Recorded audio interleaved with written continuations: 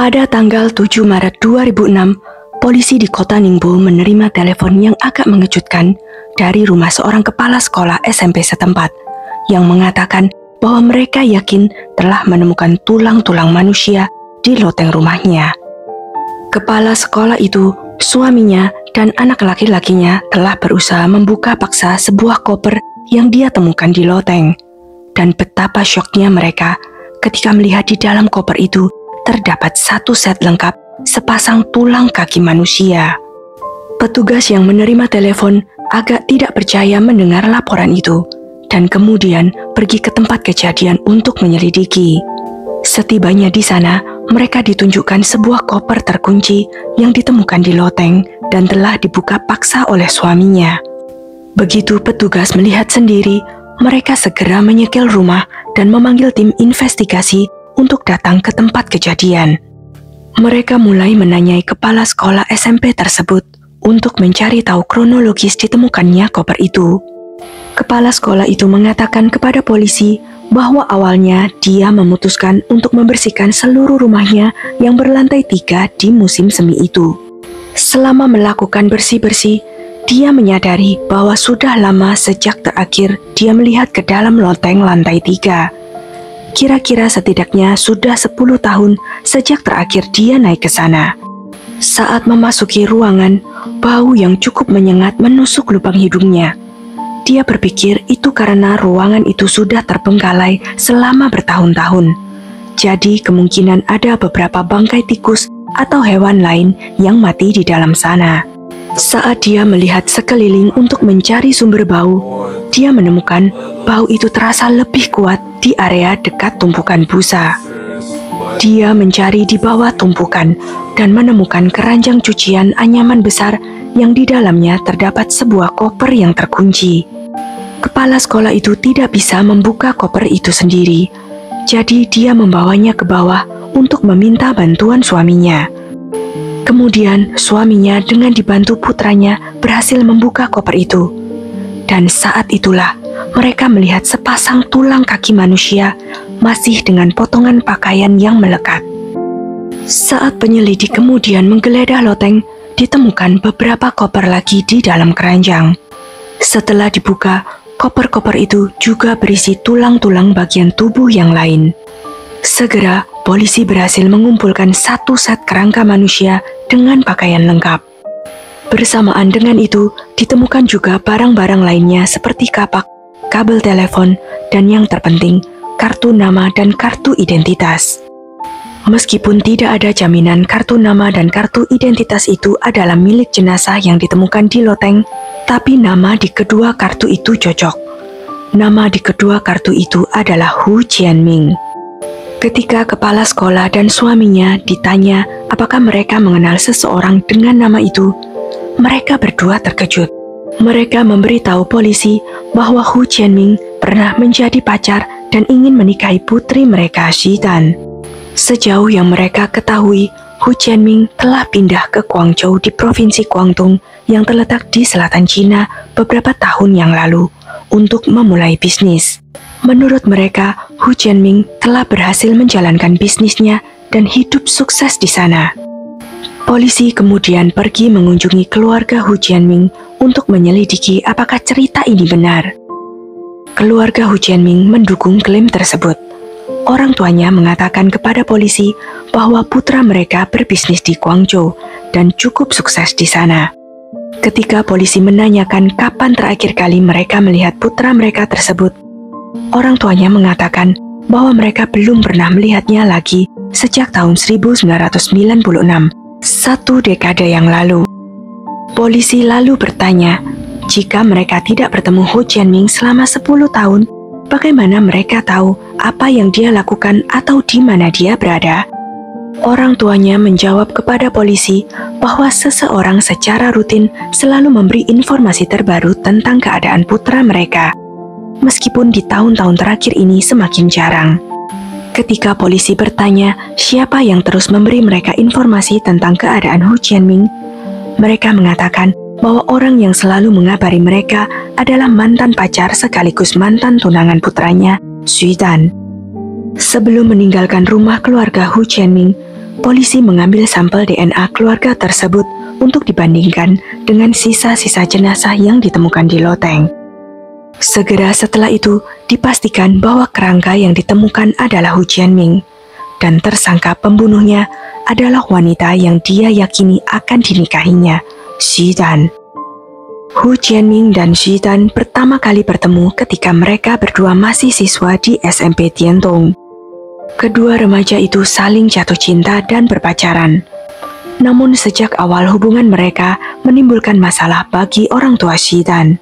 Kedua orang tua Xu Dan bekerja di bidang pendidikan dan ingin putri mereka fokus pada studinya. Mereka melihat Hu Jianming sebagai gangguan. Mereka juga merasa bahwa pemuda seperti Hu Jianming adalah pasangan yang tidak cocok untuk putri mereka. Xu Dan tidak diragukan lagi sangat dipengaruhi oleh orang tuanya. Ia dikenal sebagai siswi yang sangat rajin dan cerdas. Sedangkan di sisi lain, Hu Jianming berjuang untuk nilainya di sekolah. Masalah lainnya adalah perbedaan antara kedua keluarga. Orang tua dari Xu Dan berpendidikan dan cukup kaya secara finansial pada saat itu. Mereka merasa bahwa putri mereka bisa mendapatkan yang lebih baik daripada Hu Jianming. Ketika mereka lulus SMP, Xu Dan diterima di sebuah SMA yang bereputasi karena memiliki nilai-nilai yang sangat baik. Sebaliknya, Hu Jianming tidak melanjutkan pendidikannya, tetapi bergabung di Akademi Tentara. Orang tua Xu Dan dengan gembira percaya bahwa ini akan mengakhiri hubungan percintaan putri mereka. Tetapi mereka salah. Pasangan kekasih remaja itu tetap menjaga hubungan jarak jauh mereka.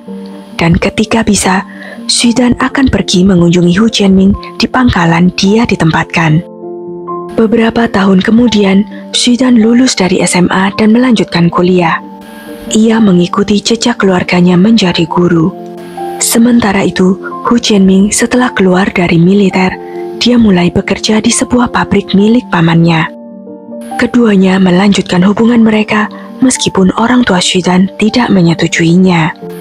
Namun dalam budaya Cina, seringkali sulit bagi anak untuk melawan keinginan orang tuanya. Dan pada titik tertentu, Xu Dan merasa dia tidak sanggup terus melakukannya. Biasanya di sana, begitu anak mulai bekerja, mereka berkewajiban untuk mengurus orang tua mereka secara finansial, dan para wanita diharapkan untuk mulai memiliki anak. Itu berarti sebagai laki-laki, Hu Jianming harus memiliki penghasilan yang cukup untuk menghidupi orang tuanya sendiri dan istrinya. Karena dia berasal dari latar belakang miskin, orang tua Xu Dan tidak percaya dia akan mampu menafkahi mereka. Jadi, mereka memutuskan untuk mencari calon suami yang lebih cocok untuk putri mereka. Suatu hari di tahun 1996, Hu Jianming sedang merayakan pernikahan sepupunya di bar KTV ketika seorang teman dekat memberinya berita yang mengejutkan. Temannya mengatakan kepadanya bahwa dia melihat Xu Dan sedang melakukan sesi foto prewedding dengan pria lain. Terkejut, marah, sekaligus sedang mabuk, Hu Jianming meninggalkan pesta dan pergi menemui Xu Dan untuk mengkonfrontasi tentang isu dia akan menikah. Itu adalah terakhir kalinya Hu Jianming terlihat hidup. Polisi Ningbo memiliki mayat dan tersangka utama, tetapi sisa-sisa mayat itu tidak lebih dari hanya kerangka. Jadi mereka hanya memiliki sedikit bukti kuat. Kasus ini kemudian diserahkan kepada penyelidik kriminal paling berpengalaman dan dihormati di provinsi tersebut, Cui Guohua. Karena dia telah menyelesaikan sejumlah kasus penting selama 30 tahun terakhir. Dengan tersangka utama adalah Xu Dan, dia memusatkan penyelidikannya pada kamar tidur Xu Dan. Setelah melakukan pemeriksaan menyeluruh, perhatiannya tertuju pada serangkaian noda di lantai kayu. Area lantai di kamar itu telah divernis dengan vernis bening, tetapi di bawahnya terdapat bintik-bintik hitam yang terlihat jelas. Yang kemudian diperiksa adalah bekas noda darah.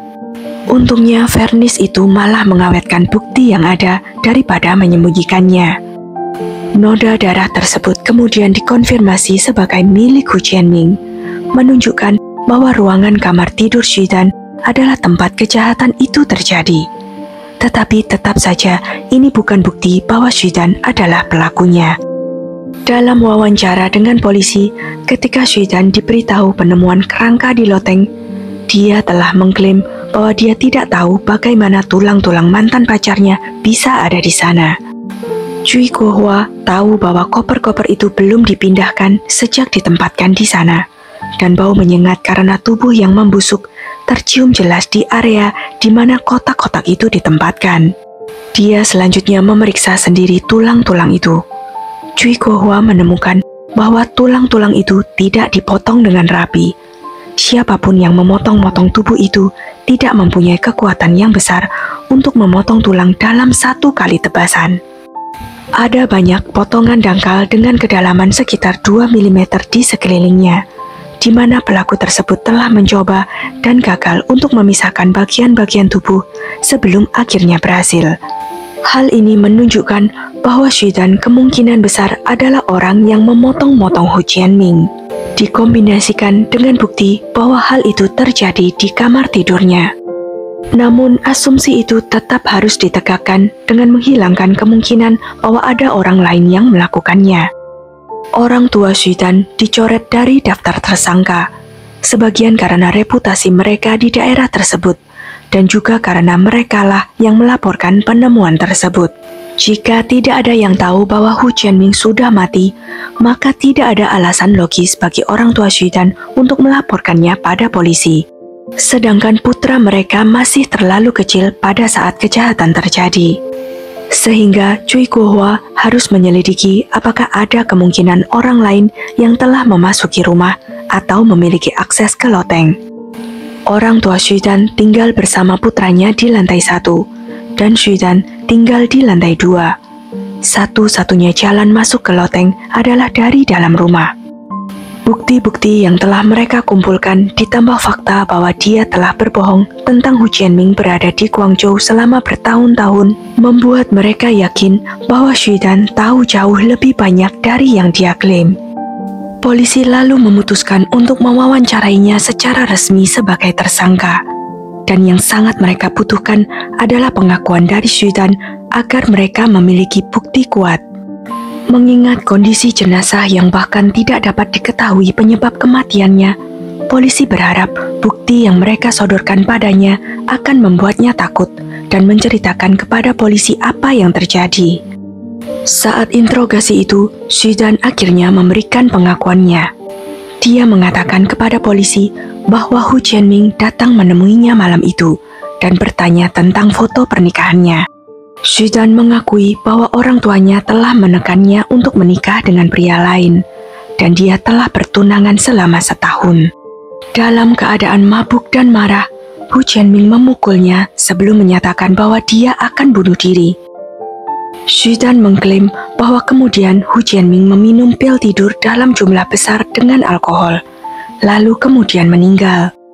Karena takut, Shudan menyembunyikan tubuh Hu Jianming di bawah tempat tidur selama beberapa hari, dan keluar memberi peralatan untuk memotong-motong tubuhnya, serta koper untuk menyembunyikannya. Akan tetapi, Cui Guohua tidak sepenuhnya yakin akan ceritanya.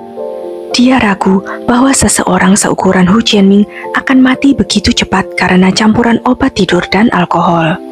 Yang kedua, ada satu bukti yang belum dia jelaskan. Shudan tidak menyebutkan kabel telepon yang ditemukan dalam salah satu koper. Ketika Cui Guohua menuduhnya menggunakan kabel telepon untuk mencekik Hu Jianming setelah memberinya pil tidur, Shudan terdiam beberapa saat sebelum mengakui kebenarannya.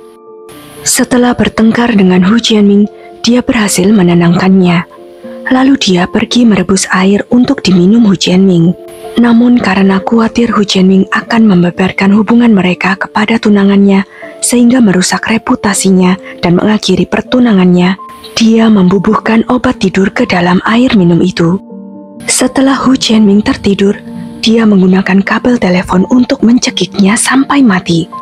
Shudan kemudian menyembunyikan mayatnya di bawah tempat tidurnya selama 2 hari sebelum memotong-motongnya dan menyembunyikan potongan-potongan itu di loteng. Ketika Hu Jianming tidak kembali ke rumah setelah acara pernikahan sepupunya, keluarganya khawatir. teman yang memberitahunya tentang melihat Zhidan berfoto prewedding mengatakan kepada mereka bahwa Hu Jianming segera pergi setelah mendengar kabar itu. Keluarganya menemukan bahwa sepeda motor Hu Jianming masih di tempat parkir yang sama, sehingga mereka lalu menghubungi polisi tentang hilangnya Hu Jianming. Keesokan harinya, Zhidan menghubungi keluarga Hu Jianming. Dia mengakui telah terjadi konflik antara dirinya dan Hu Jianming, dan bahwa dia sedang menuju ke stasiun kereta api di Hangzhou untuk naik kereta ke Guangzhou. Keluarga tersebut segera pergi ke stasiun kereta untuk mencoba menghentikan Hu Jianming, tetapi tidak menemukannya di sana. Beberapa hari kemudian, Zhidan menghubungi keluarga itu lagi dan memberitahu mereka bahwa Hu Jianming perlu meminjam uang darinya untuk memulai bisnis. Zhidan memberitahu mereka bahwa dia akan menemui Hu Jianming nanti. Keluarga itu segera pergi ke bank untuk mengambil uang yang akan mereka berikan pada Hu Jianming. Tetapi ketika mereka tiba, hanya Zhidan yang ada di sana, dan dia memberitahu mereka bahwa Hu Jianming baru saja kembali ke Guangzhou, dan dia hanya akan kembali pulang setelah dia menghasilkan banyak uang untuk membuat keluarganya bangga. Keluarga itu tidak punya alasan untuk tidak mempercayainya. Dan kemudian, selama bertahun-tahun berikutnya, Zhidan selalu memberi mereka informasi terbaru tentang aktivitas Hu Jianming, yang sebenarnya telah menjadi mayat di lotengnya. Zhidan menikah sebulan setelah ia mengakhiri hidup pacarnya sejak SMP itu. Setelah pengakuannya, Zhidan didakwa dengan pembunuhan yang disengaja terhadap Hu Jianming. Pada tanggal 30 November 2006, Zhidan menghadiri persidangannya. Terjadi adegan pertengkaran di luar gedung pengadilan ketika keluarga dan teman-teman Hu Jianming dan Zhidan bentrok, sehingga polisi harus turun tangan dan memisahkan mereka. Zhidan kemudian mengejutkan pengadilan dengan mencabut pengakuannya. Dia menyangkal telah mencekik Hu Jianming dengan kabel telepon, memberinya obat tidur, dan bahkan dia menyangkal telah menjalin hubungan romantis dengannya. Zhidan menyatakan dia hanya memotong-motongnya dan menyembunyikan tubuhnya, sedangkan kematian Hu Jianming tidak ada hubungannya dengan dia. Zhidan lalu mengklaim bahwa kabel telepon yang ditemukan itu hanya digunakan untuk mengikat lengan dan kaki Hu Jianming agar lebih mudah untuk dipotong-potong. Jika pengadilan menerima hal ini, maka tanpa pengakuannya, dakwaan tersebut harus berubah dari pembunuhan yang disengaja menjadi penodaan mayat, dakwaan yang hukumannya lebih ringan. Zhidan lalu dijatuhi hukuman mati, tetapi dengan penangguhan hukuman selama 2 tahun. Kemudian pada bulan Januari 2009, hukumannya diturunkan menjadi penjara seumur hidup. Dan karena perilaku baiknya di penjara, hukumannya akan diringankan beberapa kali lagi. Tampaknya sangat mungkin bahwa Zhidan akan dibebaskan dari penjara dalam waktu yang tidak lama lagi. Atas putusan ini, keluarga Hu Jianming merasa bahwa mereka tidak pernah benar-benar menerima keadilan atas kematian Hu Jianming. Sekian kisah kali ini. Jangan lupa untuk klik like, share, subscribe, dan komen ya pendapat kalian. Sampai jumpa lagi di video-video selanjutnya.